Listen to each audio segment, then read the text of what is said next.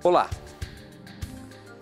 A Bíblia em João 20, verso 17, diz algo muito interessante. João capítulo 20, verso 17, nós lemos o seguinte. Abriu aqui, hein?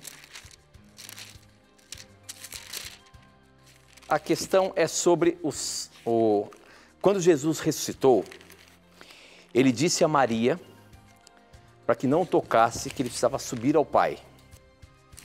E a pergunta que acaba chegando para a gente, por que Jesus precisava subir ao céu? Por que ele não poderia ser tocado por Maria naquele momento ali? O verso 17 diz o seguinte: não me segure, pois ainda não subi para o meu Pai.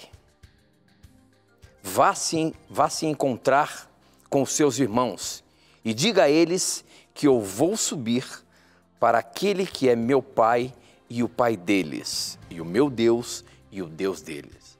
Ele não permitiu que Maria o tocasse. Parece que dá-nos entender que ele não tinha certeza ainda do seu sacrifício. Será que é isso mesmo? Por que Jesus não permitiu que Maria o tocasse?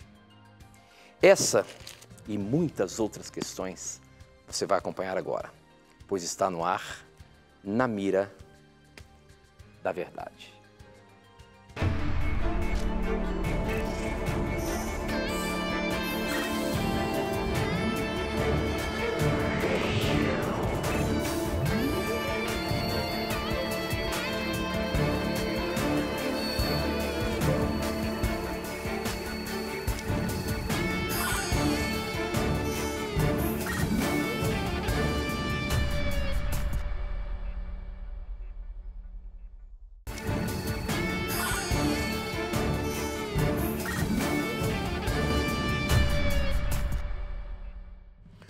Olá, seja muito bem-vindo. Estamos começando mais uma vez o programa Na Mira da Verdade e sempre é muito bom ter a sua companhia aqui com a gente. Você que está zapeando, caiu aqui na TV Novo Tempo, esse é um programa de perguntas e respostas bíblicas ao vivo. E você pode tirar as suas dúvidas bíblicas, teológicas, alguma coisa que de repente você não tenha entendido muito bem o que a Bíblia quer dizer. Então, manda pra gente. Eu vou dizer daqui a pouquinho como que você faz para mandar, tem alguns canais onde você pode mandar e eu recebo aqui na hora e você vai compreender a resposta dada a você baseada na Bíblia. E quem está pronto para responder a sua dúvida na Palavra de Deus e está na mira da verdade é ele, professor Leandro Quadros. E aí, professor, tudo bem? Tudo bem, Tito. Contente porque estamos aí em mais um programa com o nosso telespectador, nossa telespectadora, amigo internauta também. A sua pergunta será muito bem-vinda, esperamos poder lhe ajudar a compreender mais a Bíblia ou pelo menos estimular você a passar mais tempo com este livro. Que Deus te abençoe, obrigado pelo seu carinho e pela sua audiência. Muito bem, estamos aí já chegando perto do fim do ano, essa é a última semana antes do Natal, com certeza perguntas vão chegar aqui sobre a questão do Natal e a gente vai colocar na mira. Mas hoje nós abrimos o programa sobre a ressurreição de Cristo, algo inusitado que aparece ali no capítulo 20 de João, verso 17, onde ele diz para que Maria não o tocasse. Ele ia subir ao Pai ainda, né? Dando a entender de que parece que o sacrifício ainda ele não tinha certeza ainda se tinha dado certo ou não. Será que é isso mesmo? Afinal de contas, a pergunta que chegou aqui, sendo Jesus glorificado e onipresente, Deus, por que disse a Maria que estaria subindo ao Pai? Professor Leandro Quadros, como que a gente consegue entender melhor essa questão que Jesus disse aqui para Maria não o tocar antes dele subir ao Pai? Veja, os estudiosos, eles não têm uma resposta assertiva sobre esse texto, né? Existem algumas teorias e eu creio que há muita coerência num comentário de Ellen White, né, um comentário que ela faz sobre esse texto no livro Desejar Todas as Nações. Mas antes de apresentar esse comentário dela, eu quero mostrar para você os textos bíblicos que fazem com que ela tenha essa opinião, tá? Então, se você for, por exemplo, em comentários, bíblias de estudo, você vai ver que as pessoas têm opiniões diferentes, porque não é um assunto claro no texto bíblico, mas é possível fazer algumas deduções lendo alguns textos, tá? Então, por exemplo, aqui, Jesus tinha ressuscitado, e aí, em João capítulo 20, a partir do verso 16, é dito assim: disse-lhe Jesus, Maria. Ela, voltando-se, lhe disse em hebraico, Rabone, que quer dizer mestre. Recomendou-lhe Jesus, não me detenhas, porque ainda não subi para meu Pai. Mas vai ter com meus irmãos e diz-lhes, subo para meu Pai e vosso Pai, para meu Deus e vosso Deus. Então, quando ele ressuscitou, ele disse claramente que ele ainda não havia subido para o Pai. Então, isso aqui já desmonta a doutrina da imortalidade da alma, né? Porque se Cristo tivesse morrido e ido na presença de Deus, ou em algum lugar intermediário, ele teria ido na presença do Pai. Mas ele, domingo pela manhã, ele ressuscita e diz o seguinte, eu ainda não subi para meu Pai, mas eu subo para meu Pai. Então, isso indica que para ele ser não detido no sentido de ser adorado, né? Ele queria primeiro subir ao Pai. E por quê? Veja, Jesus sempre foi divino, né? Só que ele se tornou divino humano. Sendo assim, certos atributos dele, né, como onipresença, onisciência, eles foram velados. Tá? Ele não deixou de ser Deus, de forma alguma. Só que a natureza divina dele se misturou com uma natureza humana.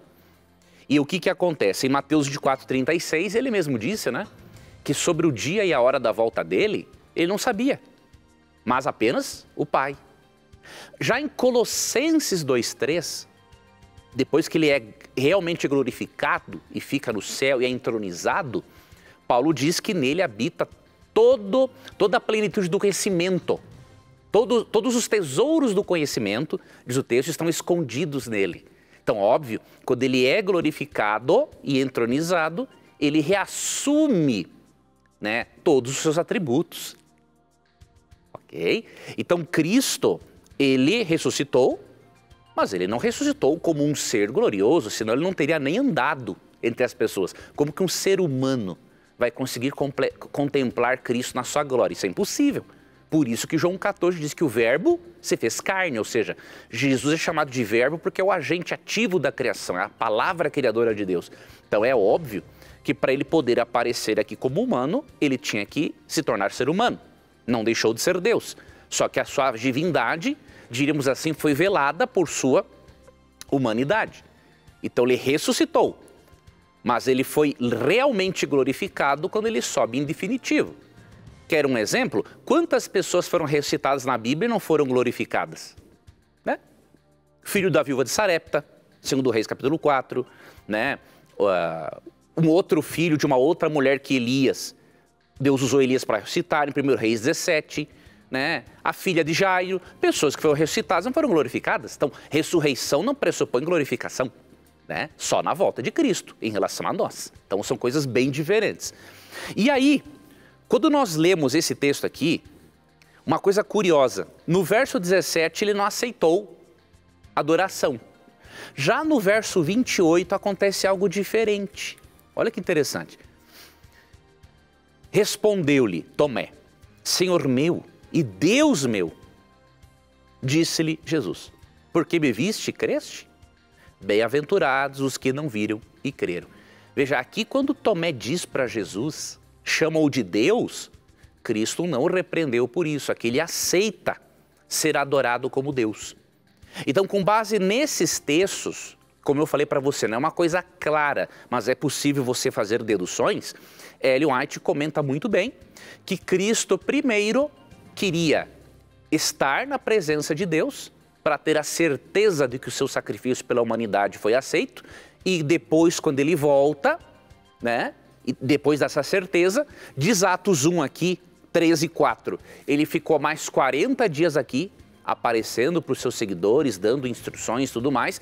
Depois que ele volta aqui, ele tem certeza, né, do sacrifício ter sido aceito, ele aceita a adoração de Tomé. E depois de uns 40 dias ele volta definitivamente para o céu, aí reassume a sua glória, usa todos os seus atributos, como diz Colossenses 2:3, né? Até a onisciência ele volta a ter todo o conhecimento. E então eu vejo muita coerência nesse comentário de Ellen White. Ele preferiu primeiro ter certeza da aceitação do seu sacrifício, para depois receber novamente adoração.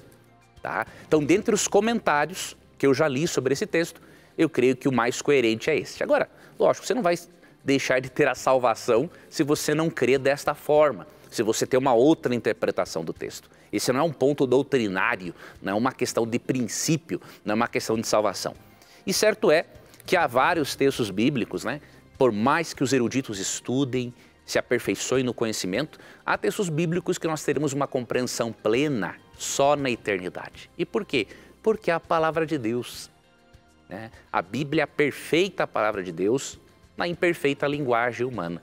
Então, por ser de autoria divina, é óbvio que há coisas divinas na Bíblia que teremos um pleno conhecimento na eternidade. Mas eu vejo muita coerência nessa explicação de Ellen White. E se algum telespectador crer de outra forma, também isso não vai afetar na sua salvação. Muito bem, estamos apenas começando. Para você participar, você pode mandar as suas perguntas por SMS, o número é 12 98151 0101. Você manda, eu recebo aqui na hora, como já está chegando um monte de perguntas aqui, não para de avisar aqui o aparelho telefônico. Você pode também participar através das nossas redes sociais, Facebook, namiradaverdade.nt, Instagram, @namiradaverdade. Participe aí, mande as suas perguntas pra gente. Essa que chegou aqui do SMS já tem a ver com o final de ano, as festas. Olha só a maneira como ele faz a pergunta aí, professor, e coloca você na mira. Meu nome é Rubem Rogério, de Porto Alegre, parabéns pelo programa. Neste período de pré-festa de final de ano, lendo Colossenses 2,16, portanto, ninguém vos julgue pelo comer, ou pelo beber, ou por causa dos dias de festas, ou da lua nova, ou dos sábados, que são sombra das coisas futuras, mas o corpo é de Cristo. A pergunta é como é que fica a questão de comer carnes imundas, frutos do mar, beber álcool, bem como o sábado. Como é que esse texto aqui está liberando, porventura, o comer e beber? Já que fala que você não vai ser julgado ou não julguem por isso? Como é que é aí, professor? Veja, sempre o mais seguro para interpretarmos o texto bíblico é analisarmos tanto o contexto imediato quanto o contexto geral das Escrituras. O que eu quero dizer com isso? Contexto imediato é você avaliar os versos que vêm antes e depois. E o contexto geral é ver o que outros autores inspirados, ou o próprio autor que escreveu, né? Se ele escreveu uma outra carta ou livro, vermos o que este mesmo autor ou outros autores inspirados ensinam sobre o assunto. Então, por exemplo, o que Paulo, que escreveu Colossenses, ensina sobre alimentação, entre outros textos? Então, 1 Coríntios 10:31, ele diz assim: portanto, quer comais, quer bebais ou façais qualquer outra coisa, fazei tudo para a glória de Deus. Então, Paulo diz que nós podemos, pelo nosso alimento, glorificar a Deus, honrá-lo ou desonrá-lo. Então, se por meio daquilo que comemos ou bebemos nós podemos honrar a Deus ou não, quer dizer que é uma questão importante. E não tem como não ser, porque o ser humano é um ser biopsicossocial. Aquilo que afeta o meu corpo afeta a minha mente, o que afeta a minha mente afeta o meu corpo. Essa é a compreensão holística do ser humano, não como a nova era ensina. Né, holismo no sentido de ser integral, aspecto físico, mental, espiritual, social, tudo tem que estar se desenvolvendo harmonicamente para a pessoa ter realmente saúde, em todos os aspectos da vida. Tá? Então, 1 Coríntios 10:31 mostra claramente, Paulo diz que nós podemos honrar a Deus ou desonrá-lo por meio da comida e por meio daquilo que nós bebemos. Tá? Então, Paulo não poderia, em Colossenses 2,16, estar sendo contra aquilo que ele mesmo disse em 1 Coríntios 10:31, e ele não poderia estar sendo contra Levítico 11. Por quê? Em João 5:46 e 47, Cristo disse que se alguém não crer nos escritos de Moisés, não crê em Cristo também, porque Moisés escreveu a respeito de Cristo. Então, essa separação entre Antigo e Novo Testamento, em referência aos livros bíblicos, ela não existe. A Bíblia é uma coisa só. Tá? Em relação a Colossenses 2,16, em que contexto sábados, né, e comida são mencionados? Vamos ler aqui dos versos 16 até o 23. E aí nós vamos contextualizar este versículo. Então já fizemos uma análise breve, né, do contexto geral.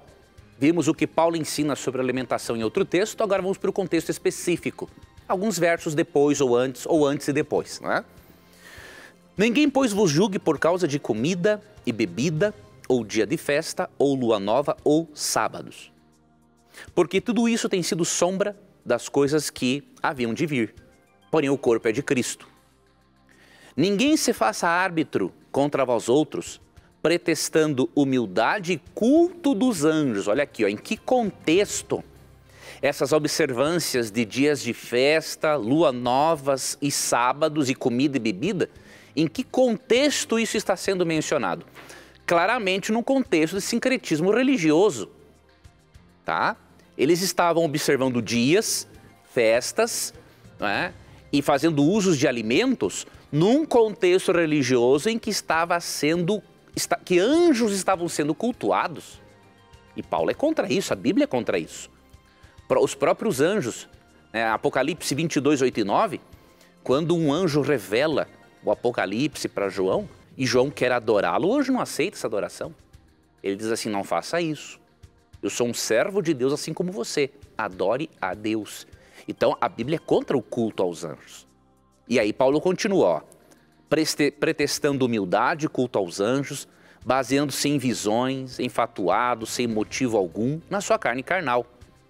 E aí verso 20, ó, se morresses com Cristo para os rudimentos do mundo, será que observar o sábado como dia de guarda, a lua nova, que era uma festa mensal, e dias de festa, seriam rudimentos do mundo? Será que a lei de Levítico 11 para não comer carnes imundas seria um rudimento, um mandamento do mundo? Não, quem deu foi Deus.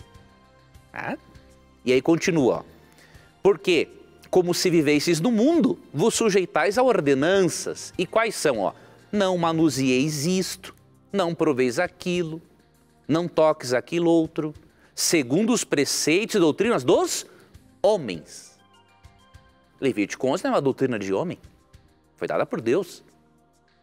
A observância do sábado não é doutrina de homem, foi dada por Deus desde o Jardim do Éden, em Gênesis 2, 1 a 3, e faz parte do quarto mandamento da lei de Deus, em Êxodo 28 a 11. E aí continua, pois que todas essas coisas com o uso se destroem. Tais coisas com efeito têm a aparência de sabedoria, como o culto de si mesmo e de falsa humildade e de rigor ascético. Isso aqui tem que sublinhar na sua Bíblia. Todavia não tem valor algum contra a sensualidade.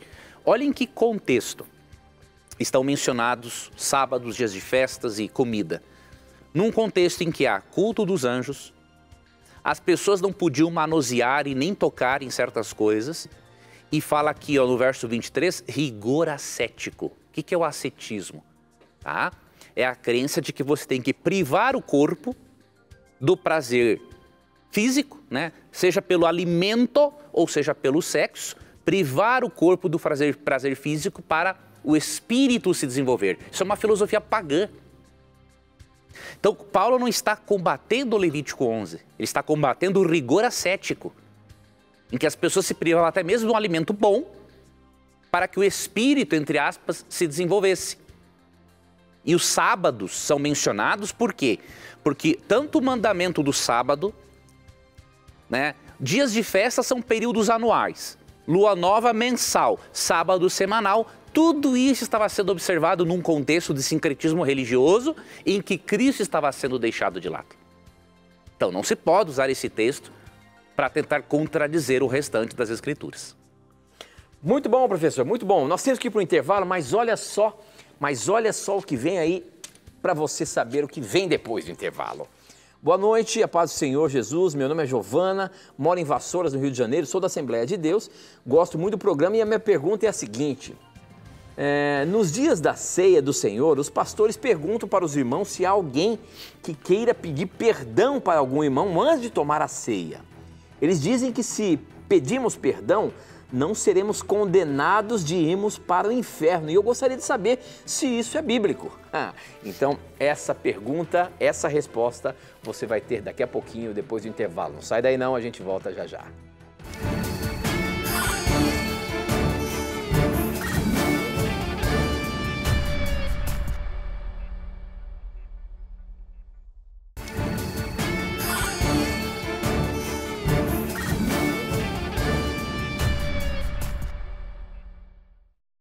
Já estamos de volta e a resposta que estamos esperando aí é essa, para Giovana, lá do Rio de Janeiro, ela que é da Assembleia de Deus. Muito obrigado, minha irmã, pela sua participação e mandar a sua pergunta aqui para a gente com relação à ceia.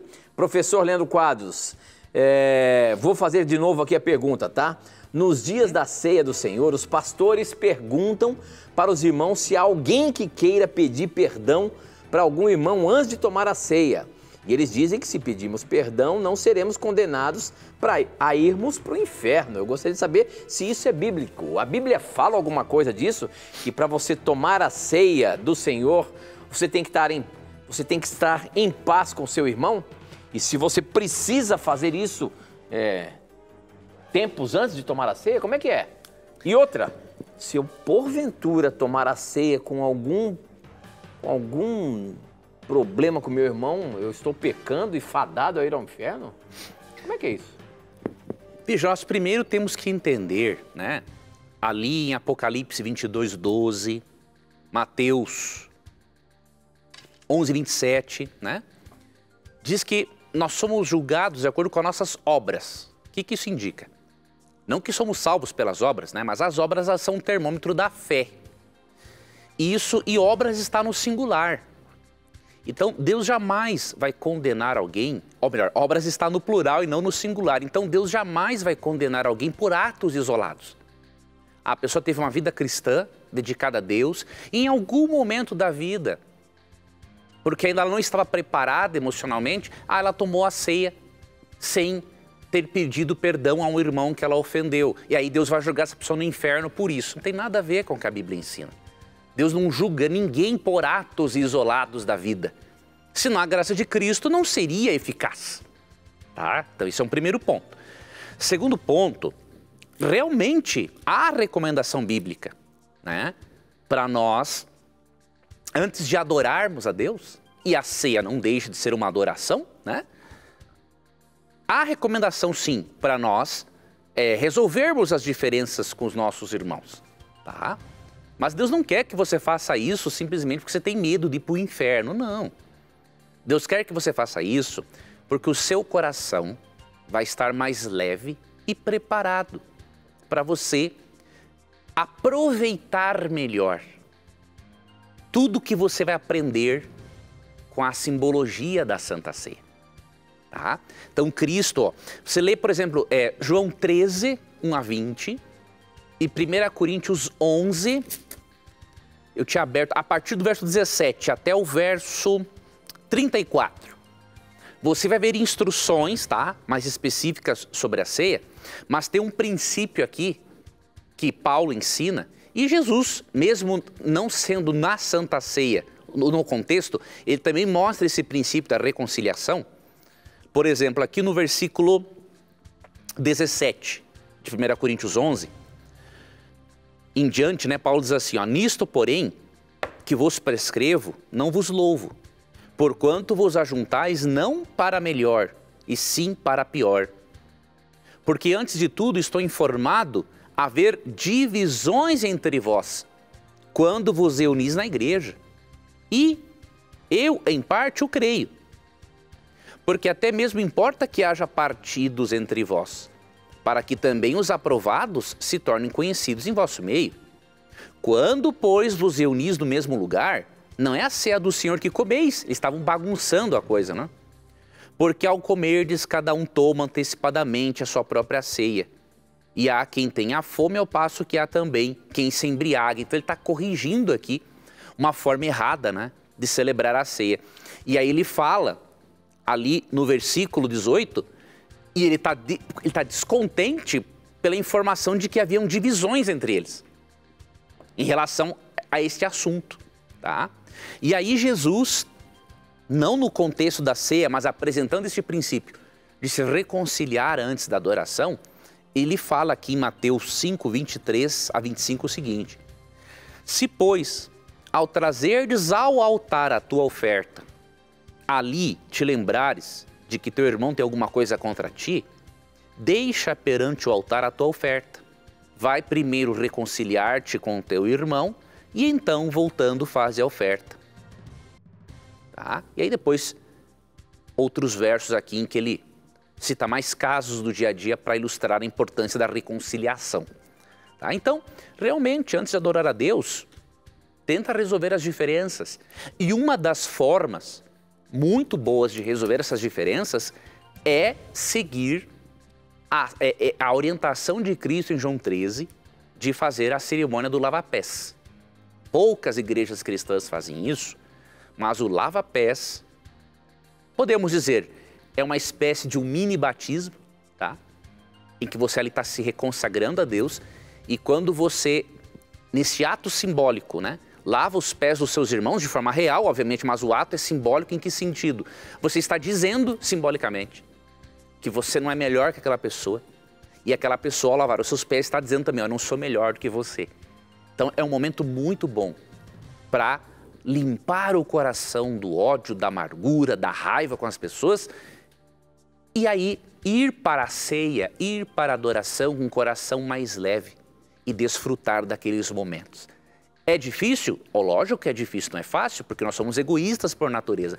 Mas se você der um passo de obediência, Deus vai facilitar o processo para você e você vai ver que você vai ser a pessoa mais beneficiada. Mas, Leandro, e se a pessoa não quiser?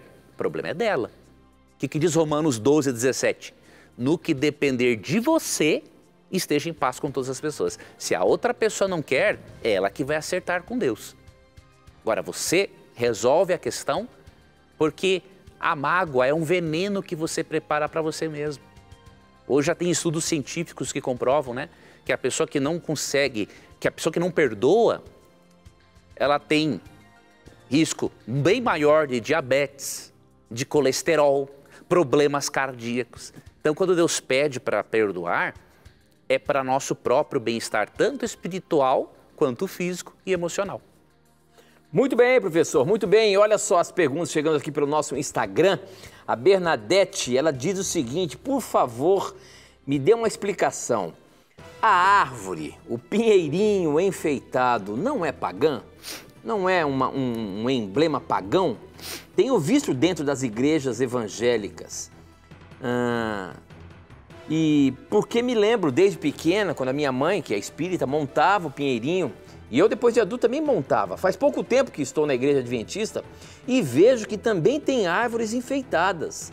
Estou amando os ensinamentos da Bíblia na escola sabatina e também gosto dos senhores do Na Mira da Verdade. Rapaz, nós estamos velhinhos mesmo, hein? Senhores? Senhores do Na Mira da Verdade, mas a gente não pode negar mesmo. Puxa vida. Os senhores do Na Mira da Verdade. Deus os abençoe e guarde todas essa emissora Novo Tempo. Obrigado, minha irmã, por participar aí. Professor Leandro Quadros. Senhor professor Leandro Quadros, essa questão Senhor da árvore... Tito. Essa questão da árvore de Natal, meu amigo. Essa é a questão que todos os anos acabam perguntando pra gente. Porque existe no meio evangélico crenças de que realmente a árvore de Natal é uma coisa assim, diabólica quase, sabe? Uma coisa que o pessoal diz que tem a ver com ocultismo, com aquelas bolas, né? Que eram cabeças de duendes, sei lá o que mais. Tem um monte de coisa que fala aí. Afinal de contas, eu acho que vale a pena falar mais uma vez aí para as pessoas que estão chegando agora aí no Na Mira da Verdade, para poder entender bem essa questão aí. O que tem a ver esse negócio de árvore de Natal, professor? Pode ou não pode? É bíblico ou não é bíblico? Não sei nem se é bíblico ou se a Bíblia permite ou não permite. Como é que a gente pode colocar isso na mira da verdade? Veja, existe uma tendência entre todos os cristãos, tá? De ler a Bíblia descontextualizadamente. As pessoas já não pensam mais exegeticamente. O que é pensar exegeticamente, né? Exegese é você fazer um estudo do texto para entender o propósito original do autor. Então, quando a pessoa lê o texto e pensa, esse texto deve estar dizendo isso para mim. Não, não é assim. Eu tenho que ler pensando o seguinte, o que o autor original tinha o propósito de transmitir? É assim que eu tenho que ler a Bíblia, tá? Então, por exemplo, quando você lê Jeremias 10, e ali Deus fala, né, contra as árvores que os israelitas tinham, ali não tem nada a ver com árvore de Natal, ali são os postes ídolos. Eles construíam postes, tinham altares próximos a árvores para adorarem divindades pagãs. Não tem nada a ver com árvore de Natal. Então pegaram Jeremias 10 para falar da árvore de Natal, é uma descontextualização do texto absurda, tá?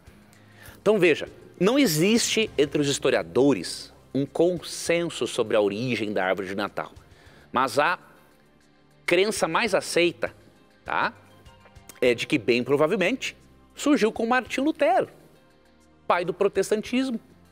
E se há uma coisa que Martinho Lutero deixou de ser quando trabalhou na reforma protestante, foi de ser idólatra, né? Conta-se a história, né, que Martinho Lutero, numa noite de Natal, ele, ao olhar para o céu, ele achou bonita aquela imagem das estrelas brilhando entre os galhos de pinheiros. E alguns historiadores dizem que ele pegou um galho daquele pinheiro e levou para dentro de casa e enfeitou para os filhos. Não há um consenso, tá? Mas é a história mais aceita. Então dizer que é uma invenção pagã não é verdade. Tá? Não é verdade. Agora, eu gosto muito das orientações. A Bíblia não fala em ter uma árvore ou não ter uma árvore de Natal. Então você tem que avaliar o princípio. Existe alguma coisa na Bíblia que proíba você enfeitar a sua casa? Não. Deus, ele é contra não a arte, ele é contra a veneração ou adoração da arte. Ok? E aí, eu recomendo para você e para qualquer cristão que tiver interesse, ler o capítulo 77 deste livro aqui, ó. Esse é um livro muito bom para toda a família cristã, O Lar Adventista, de Ellen White. Aqui tem um capítulo 77 intitulado O Natal. Aqui existe, por parte de Ellen White, para mim, a opinião mais equilibrada sobre este assunto, tá? E entre as coisas que ela diz, ela chega a dizer aqui, ó, sobre a data, não é mesmo que Jesus não tenha nascido em 25 de dezembro, ela fala que o dia não deve ser passado por alto. Ela fala que o dia pode ser utilizado para um bom propósito, inclusive evangelístico. E aí, sobre a árvore de Natal, olha aqui que resposta equilibrada, página 482, ó. Deus muito se alegraria, ou seja, não é pouco, né? Deus se alegraria muito. Deus muito se alegraria se no Natal cada igreja tivesse uma árvore de Natal, sobre a qual pendurar ofertas grandes e pequenas para essas casas de culto. Não tem nada de pagão. Já pensou se toda a igreja tivesse uma árvore de Natal para as pessoas também darem ofertas de presente para Deus? E aí ela continua. Não há particular pecado em selecionar um fragrante pinheiro e pô-lo em nossas igrejas. Mas o pecado está no motivo que induz a ação e no uso que é feito dos presentes postos na árvore. E aí no outro parágrafo, as festividades de Natal e Ano Novo podem e devem ser celebradas em favor dos necessitados. Então, se você celebra o Natal do motivo certo, você está lembrando que um dia Jesus nasceu, você coloca ali ofertas para a casa de culto, presentes ou ofertas para também dar aos pobres, não tem problema nenhum. Nós podemos celebrar o Natal de uma forma cristã, agradável, alegre e não como muitas pessoas, tá? Então não tem pecado algum, não tem problema algum e eu vejo muita coerência nesse capítulo 77 do livro O Lar Adventista, tá? Então eu creio que vale a pena seguirmos essas orientações. Tem outras aqui sobre presentes, por exemplo. Ela até recomenda dar presentes úteis para as pessoas, como por exemplo livros. Não é que só livros são presentes úteis, né? Mas o princípio é o quê? Dê presentes úteis. E entre esses presentes úteis estão livros, ok? Então, tira da tua mente, minha irmã, meu amigo, essa ideia. Ah, o Natal é uma coisa pagã. As bolinhas da árvore de Natal representam as cabeças das crianças que eram sacrificadas ao deus Moloque. Isso é conversa de gente que não sabe o que está dizendo. Se nem os historiadores têm um consenso sobre o assunto, camarada que nunca foi historiador ou comentarista bíblico quer saber mais do que os outros sobre o assunto. Muito bem, professor, muito bem. Agora tem uma pergunta aqui, embora eu vou ter que chamar um intervalo de novo, mas tem uma pergunta aqui que eu vou fazer questão de colocar. Veja só, olha o que diz. Boa noite. Vocês sempre respondem as mesmas perguntas, aí fica fácil. Ele está dizendo aqui. No livro de 2 Reis, capítulo 2, verso 11 e 12, e também no livro de Ezequiel 1, verso de 1 até o 28, não é a prova na Bíblia de que Elias foi abduzido e da visita de seres de outros planetas? Olha aí a pergunta dele. Será que Elias foi abduzido e tiveram presença de ETs aqui, levando Elias? Sendo as pessoas que daquela época interpretaram errado o que estava acontecendo como algo divino? Então tá bom. Essa resposta você vai ter daqui a pouquinho, depois do intervalo. Elias foi abduzido? Será que algum ET o levou? Não sai daí não, a gente volta já.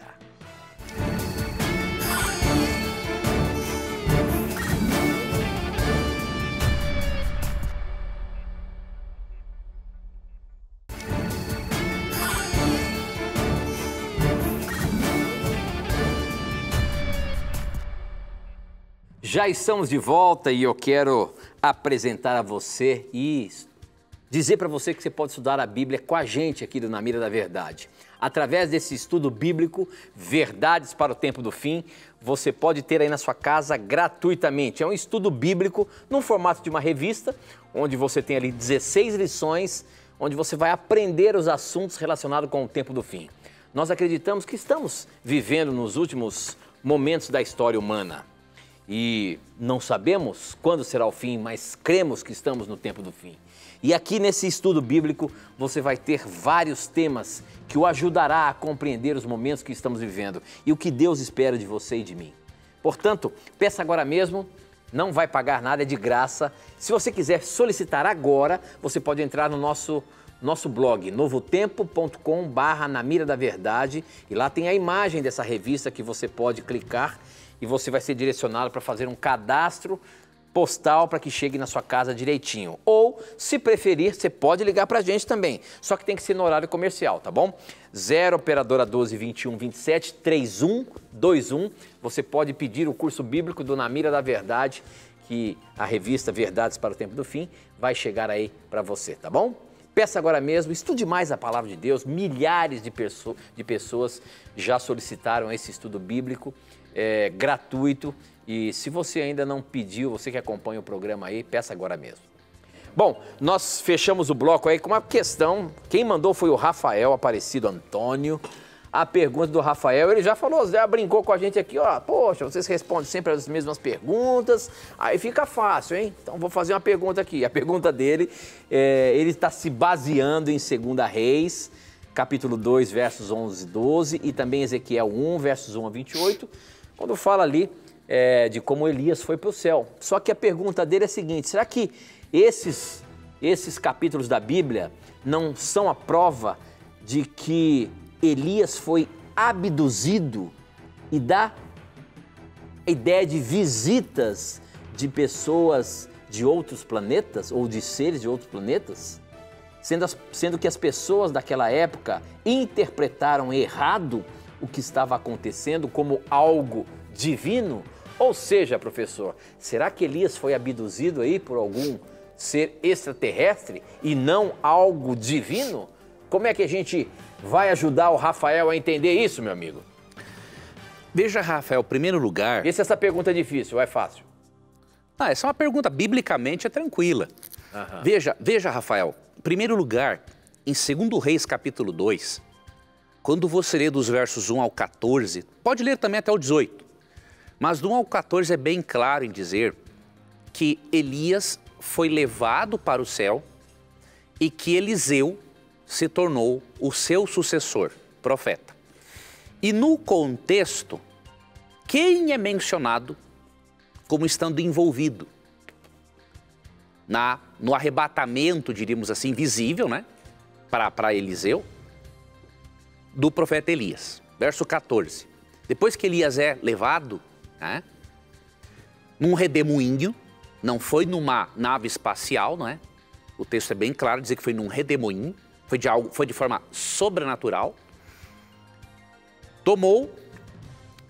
Verso 14, tomou o manto que Elias lhe deixara cair, feriu as águas e disse: onde está o Senhor, Deus de Elias? Ele queria ter a certeza que tinha recebido o dom profético, né? Quando feriu ele as águas, elas se dividiram para um e outro lado e Eliseu passou. Então, para Eliseu, quem foi responsável, né, pela trasladação de Elias? Foi o Senhor, não foi um ET. Outro detalhe, Ezequiel 1 também não tem nada a ver com disco voador. Quando se mencionam rodas girando uma dentro da outra, isso não tem nada a ver com disco voador. No contexto, são querubins. Querubins é uma classe de anjos que possuem 4 asas. Tá? E nesse contexto, esses anjos, esses querubins, têm rostos diferentes. Leão, boi, águia, ser humano, com uma simbologia, óbvio. Os eruditos não têm uma resposta ao significado dessa simbologia, né? Porque aparecem-se com rostos de boi, de homem, de águia. Mas o que os eruditos têm um consenso? Que essas rodas que se moviam quando se moviam os querubins, não eram quando se moviam os ETs, quando se moviam os querubins, né? Significa o seguinte, que Deus tem o controle, a história do povo de Israel nas suas mãos. Então isso é possível entender. Agora os detalhes realmente não se tem uma compreensão. E agora quando você diz assim, será que eles não entenderam errado a questão da abdução? Ó, mesmo sem querer, você está assumindo uma posição de que você sabe mais do que o profeta que é inspirado. E eu não recomendo que você pense assim. Por quê? 2 Pedro 21 diz o seguinte: porque nunca, jamais qualquer profecia, inclusive a de Ezequiel capítulo 1, é óbvio, né? Porque nunca, jamais qualquer profecia foi dada por vontade humana. Entretanto, homens falaram da parte de Deus, movidos pelo Espírito Santo.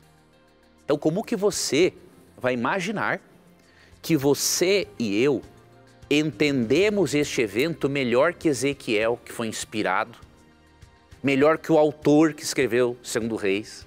Não tem como, meu irmão. Então nós precisamos de 2 coisas. Primeiro, lermos a Bíblia contextualmente. Eu não posso olhar na Bíblia um trecho, um símbolo e já querer da minha cabeça dar um significado. Não. Eu tenho que ir ao texto bíblico. E se não há um consenso, se não há uma coisa clara que explique, vamos ficar com aquilo que está claro. E segundo ponto, você não pode em nenhum momento, como estudante da Bíblia, pensar que você sabe mais do que o profeta que é inspirado. Você e eu somos, e qualquer estudante da Bíblia, qualquer cristão, nós somos iluminados para entendermos o texto, mas nós não somos inspirados. Tá? Então não assuma essa postura, porque aí você não vai estar tendo a humildade necessária para ouvir o assim diz o Senhor. Muito bem, temos agora uma pergunta que chegou para a gente através do vídeo aí pelo WhatsApp. Vamos ver o que a Beatriz quer perguntar.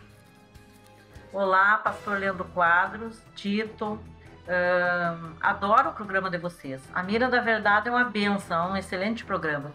E aqui em casa a gente sempre assiste. E eu moro aqui em Estância Velha, meu nome é Beatriz, Estância Velha, Rio Grande do Sul. A minha dúvida é o seguinte, eu ouvi falar que Eva não foi a primeira esposa de Adão, que antes houve Lilith, que se rebelou contra Adão e foi banida por exigir igualdade em relação ao esposo desde o princípio. Isso é verdade? Minha querida irmã, minha telespectadora, meu telespectador, veja, eu posso garantir para você que à luz da Bíblia, com respeito, né? A gente está falando isso aqui, mas brincando ao mesmo tempo, mas é um assunto sério, né? Essa questão de Lilith ter sido uma das esposas de Adão, isso é uma viagem na maionese sem tamanho, tá? Do ponto de vista bíblico, a humanidade descendeu apenas de Adão e Eva, né? Então, em Gênesis 1, 26 e 27, nós vemos em que momento Deus criou Adão e Eva. Sexto dia. Em Gênesis 2, alguns pensam que é um outro relato da criação e que nesse intervalo ocorreu um problema entre Adão e Lilith. Isso é viagem na maionese. Enquanto em Gênesis 1, 26 e 27 fala em que dia, né, Adão e Eva foram criados, Gênesis 2 fala como eles foram criados. Então não são relatos divergentes ou que entre um relato e outro ocorreu um problema entre Adão, Lilith e Eva, não. Um relato fala de um aspecto da vida de Adão e Eva e Gênesis 2 complementa, mostrando, por exemplo, em Gênesis 2,7 que eles foram criados no pó da terra e que Eva foi criada a partir da costela de Adão. E aí você vai para Atos 17, 26, eu só vou citar os textos, não vou ler agora para nós podermos, por causa do tempo. Atos 17, 26 diz, né, que de um só Deus fez toda a raça humana. E Gênesis capítulo 3, verso 20, é claríssimo em dizer que Adão colocou em sua mulher o nome de Eva, e diz assim, Gênesis 3, 20, porque ela é a mãe de todos os viventes. Então é impossível ter existido uma mulher que não tivesse descendido de Eva. Todos os seres humanos, de acordo com Atos 17, 26 e Gênesis 3, 20, descenderam de Adão e Eva. Isso é o que o texto bíblico ensina. Você vai para Mateus 19, 4 e 5, quando Cristo está explicando a questão do divórcio e novo casamento, Cristo cita Gênesis em Mateus 19, 4 e 5 e fala assim, no princípio, Deus fez homem e mulher. Não fala que Deus fez homem e mulheres. Então essa é uma lenda, tá? Que foi aceita entre alguns judeus e alguns cristãos que viajam muito na maionese, né? Leem Isaías 34, 14 e lá no hebraico, existe o nome hebraico Lilith, mas as traduções traduzem de várias formas. Animais do deserto, algumas traduções antigas por fantasmas. É um texto simbólico que fala das forças do mal, mas não está falando de uma mulher, não está falando de um nome próprio, tá? Então, veja um programa do Dr. Rodrigo Silva, né, o programa Evidências.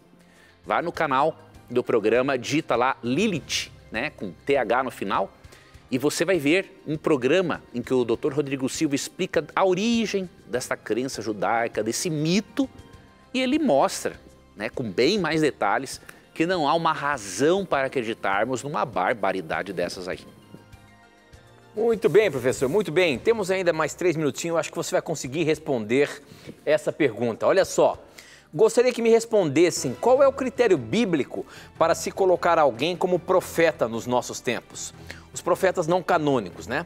O que difere eles de pastores, missionários, evangelistas e os trabalhos que eles realizam? Quem mandou essa pergunta foi o Carlos. Obrigado, Carlos, de Parnamirim, Rio Grande do Norte, pela sua participação. Professor, a Bíblia nos orienta alguma coisa aí? Temos 2 minutos.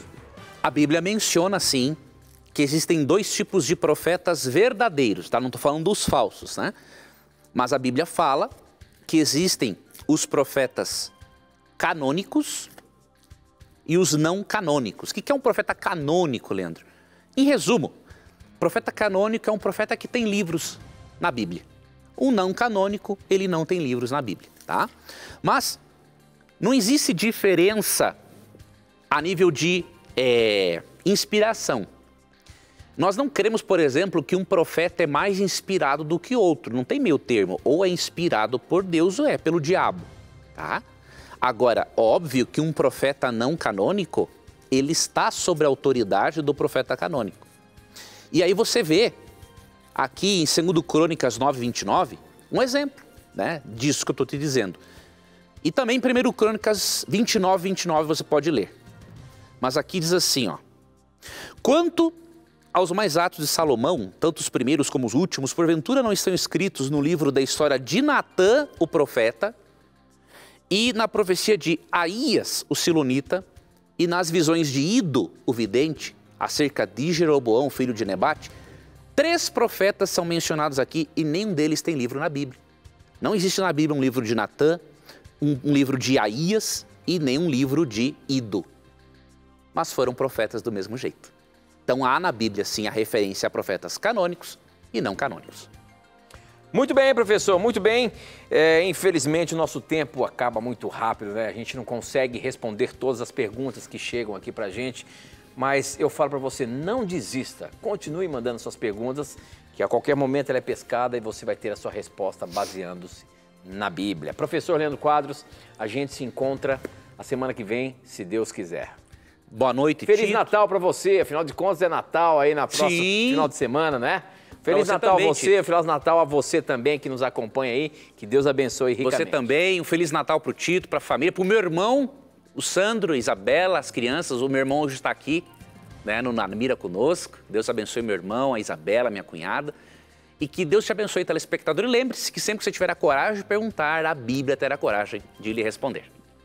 Você sabe, aqui as questões sempre estão na mira da verdade. Até o nosso próximo encontro. Tchau.